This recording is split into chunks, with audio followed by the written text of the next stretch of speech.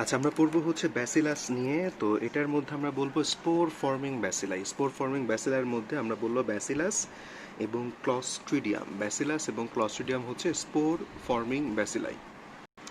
আচ্ছা, এই যে আমরা দেখি হচ্ছে ব্যাসিলাই, এটার মধ্যে হচ্ছে স্পোর ফর্মিং এর মধ্যে আমরা দেখলাম ব্যাসিলাস অ্যানথ্রাসিস, এই ব্যাসিলাস। আর তার সাথে হচ্ছে গিয়ে আমাদের এই ক্লস্ট্রিডিয়ামের যত বংশধর, ক্লস্ট্রিডিয়াম বোটুলিজম, ক্লস্ট্রিডিয়াম টিটানি, পারফেরেঞ্জিস, এগুলো আমরা একটু দেখে নিলাম। এটা হচ্ছে ব্যাসিলাই যারা হচ্ছে স্পোর ফর্মিং।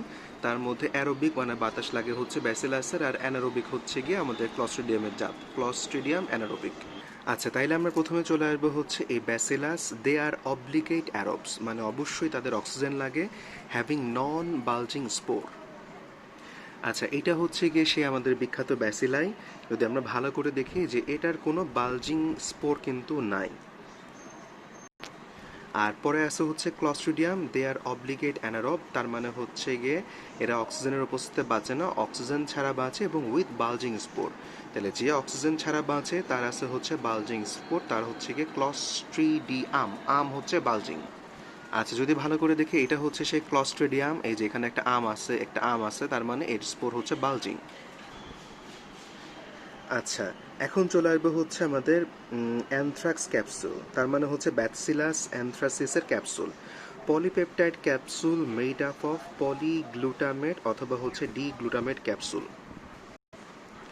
এই যে এই হচ্ছে কি আমাদের সেই ক্যাপসুল, যার মধ্যে আমরা দেখতেছি এরকম রোয়া রোয়া আছে। তো ক্যাপসুলের বৈশিষ্ট্য হচ্ছে এটা হচ্ছে পলিপেপটাইড ক্যাপসুল এবং এটার মধ্যে হচ্ছে পলিগ্লুটামেট অথবা হচ্ছে ডিগ্লুটামেট ক্যাপসুল।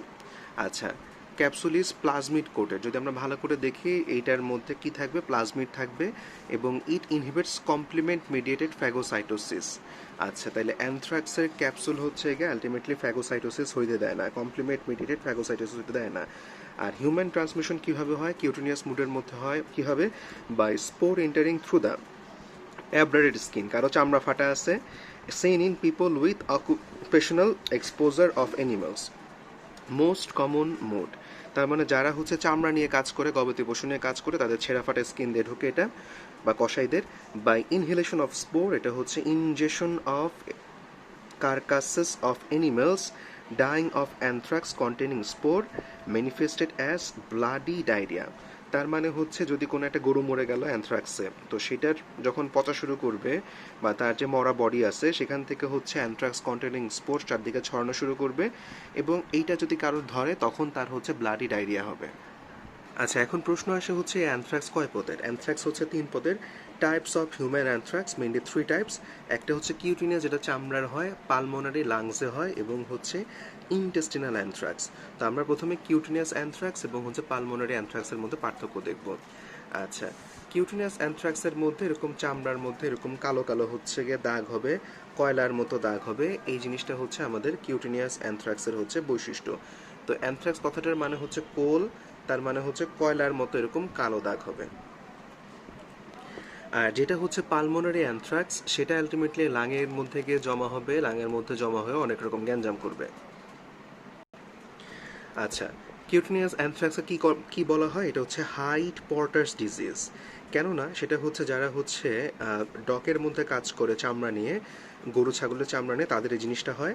আর পালমোনারি অ্যানথ্রাক্সকে আমরা বলবো উল সর্টার্স ডিজিজ। উল সর্টার্স ডিজিজ তার মানে যারা হচ্ছে গিয়ে গবাদি পশুর উল নিয়ে কাজ করে, তাদের হচ্ছে গিয়ে একই সমস্যাটা হয়, due to inhalation of the dust from the infected wool. Transmission হবে কিউটিনিয়াস অ্যানথ্রাক্স, এটা হচ্ছে কিউটিনিয়াস এক্সপোর টু স্পোর্টস, এটা হচ্ছে এন্টার থ্রু অ্যাব্রাডেড স্কিন, মানে হাত পা ছেলা অংশ, কাটা অংশের মধ্যে দিয়ে ঢুকবে। আর পালমোনারি অ্যানথ্রাক্স হচ্ছে গিয়ে ইনহেলেশনের মধ্যে দিয়ে ঢুকবে। ক্যারেক্টারাইজ বাই, এটা হচ্ছে ম্যালিগনেন্ট পাস্টিউল। মনে রাখতে হবে ক্যানথ্রাক্সের মধ্যে ম্যালিগনেন্ট পাস্টিউল পাওয়া যায়, যদিও এটা হচ্ছে নন ম্যালিগ। আচ্ছা, যদি আমরা এটা ভালো করে দেখি, সেটা হচ্ছে ম্যালিগনেন্ট পাস্টুলের ক্ষেত্রে পেইনলেস কোল ব্ল্যাক, এই জায়গাটা হবে হচ্ছে painless coal black. Necrotic eschar surrounded by non pitting indurated oedema. তার মানে আমরা দেখব এখানে হচ্ছে একটা নেক্রোটিক স্কার আছে এবং এটা চারপাশে হচ্ছে নন পিটিং হচ্ছে ইডেমা থাকবে। The name anthrax which means coal comes from the black colour of the eschar. এই এস্কারের কালার হবে হচ্ছে ব্ল্যাক। হাউএভার এটা হচ্ছে একটা নন ম্যালিগনেন্ট কন্ডিশন, নন ম্যালিগনেন্ট কন্ডিশন। আচ্ছা, দেন আমরা চলে আসবো হচ্ছে কি আমাদের হেমোরোজিক নিউমোনিয়া হবে। যখন আমাদের এই পালমোনারি অ্যানথ্রাক্স হবে কি হবে, bacilli spreaded by lymphatics or blood leading to bacteraemia haemorrhagic manifestation এবং হচ্ছে হেমোরেজিক মেনিনজাইটিস হবে।